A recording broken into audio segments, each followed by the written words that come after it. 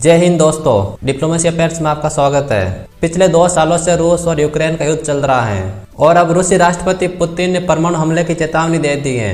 इस चेतावनी से दुनिया में एक बार फिर से डर का माहौल देखा जा रहा है। रूस के पास दुनिया का सबसे बड़ा परमाणु हथियारों का जखीरा है। जापान पर जब अमेरिका का न्यूक्लियर बम गिरा था तभी पूरी दुनिया को पता चल गया था कि परमाणु बम कितने खतरनाक हैं। और अब रूसी राष्ट्रपति पुतिन ने पश्चिमी देशों को सीधी वार्निंग दी है।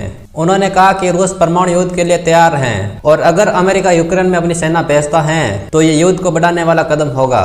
रूस के परमाणु हथियारों की बात करें तो उसके पास दुनिया का सबसे बड़ा परमाणु हथियारों का जखीरा है जो सोवियत संघ से विरासत में मिले हैं। रूस के परमाणु हथियार पर कंट्रोल राष्ट्रपति पुतिन का है। फेडरेशन ऑफ अमेरिकन साइंटिस्ट के मुताबिक रूस के पास 5580 परमाणु हथियार हैं। इनमें से 1200 रिटायर हो चुके हैं, लेकिन वे अभी भी बरकरार हैं। 4380 हथियार लंबी दूरी से लेकर सामरिक परमाणु बलों की ओर से तैनाती के लिए तैयार हैं। रूस के परमाणु शास्त्रागार में रणनीतिक हथियारों का महत्वपूर्ण योगदान है।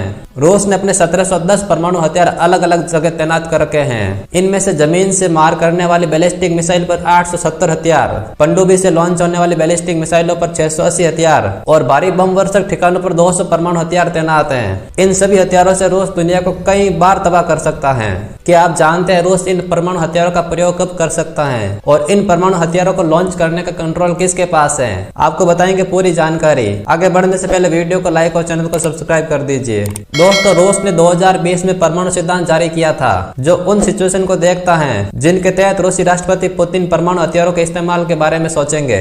इसमें बताया गया कि रूस के अस्तित्व पर अगर खतरा आता है तो इसका इस्तेमाल किया जाएगा। FAS ने 2024 की एक रिपोर्ट में कहा है कि रूस अपने परमाणु हथियारों का मॉडर्नाइजेशन कर रहा है। वह एक हथियार वाली मिसाइल को बहु हथियार मिसाइलों में बदल रहा है। वहीं पुतिन ये भी कहा कि अगर अमेरिका न्यूक्लियर टेस्टिंग करेगा तो वह भी इसके लिए तैयार है।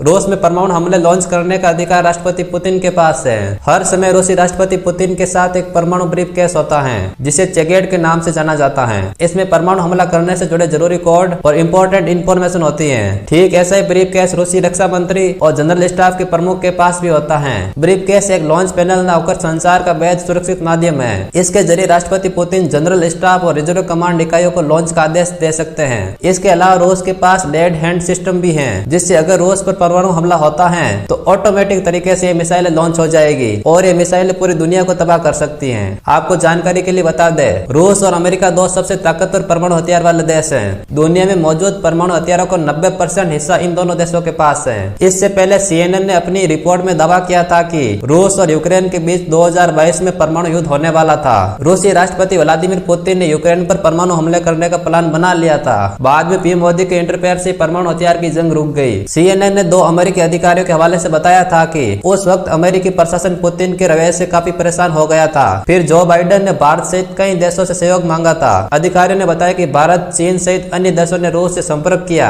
और दबाव बनाया था कि वह न्यूक्लियर अटैक न करे। रूस यूक्रेन युद्ध को लेकर भारत ने हमेशा से आम लोगों की हत्या की निंदा की है और टकराव को शांतिपूर्ण तरीके से खत्म करने की बात की है। पीएम मोदी ने साल 2022 में उज्बेकिस्तान में एससीओ समिट के मौके पर राष्ट्रपति पुतिन से कहा था कि युद्ध का युग नहीं है, this is not the era of war. ये बयान भारत की अध्यक्षता में G20 सम्मेलन में भी दिया गया था। पिछले साल स्वीडन के थिंक टैंक सिप्रिन ने अपनी रिपोर्ट में बताया था कि रूस यूक्रेन जंग शुरू होने के बाद से परमाणु हथियारों की जानकारी देने में पारदर्शिता घटी है। 2021 में UNSC के सदस्य देशों ने परमाणु हथियारों को कम करने का वादा किया था। उन सदस्यों का कहना था कि परमाणु जंग कभी नहीं जीती जा सकती है, ये हथियार कभी इस्तेमाल नहीं किए जाने चाहिए। जबकि प्रेजेंटली अमेरिका और रूस ने अपने 2000 परमाणु हथियारों को हाई अलर्ट पर रखा हुआ है। परमाणु हथियारों की रेस को बंद करने के लिए रूस और अमेरिका ने न्यू स्टार्ट ट्रीटी समझौता किया था। रूस ने इस ट्रीटी को रिन्यू नहीं किया और ये ट्रीटी टूट गई। न्यू स्टार्ट ट्रीटी अमेरिका और रूस के बीच इकलौता परमाणु समझौता बचा हुआ था। इस ट्रीटी के तहत दोनों देश एक दूसरे के साथ अपने परमाणु हथियारों के परीक्षण की जानकारी को एक्सचेंज करते रहेंगे। लेकिन रूस ने आरोप लगाया था कि अमेरिका रूस के परमाणु हथियारों की जानकारी का गलत इस्तेमाल कर रहा था, इसलिए वो इस ट्रीटी से अलग हो गया। कोल्ड वॉर के दौरान अमेरिका और सोवियत संघ ने हजारों की संख्या में टैक्टिकल न्यूक्लियर वेपन तैनात किए थे। हालांकि युद्ध के मैदान में अब तक कभी इनका इस्तेमाल नहीं किया गया है। दोस्तों, आपको क्या लगता है, क्या रूस अपने परमाणु हथियारों का इस्तेमाल कर सकता है? हमें कमेंट करके जरूर बताइए। ऐसे ही और वीडियो के लिए हमारे चैनल को सब्सक्राइब कर दीजिए। जय हिंद।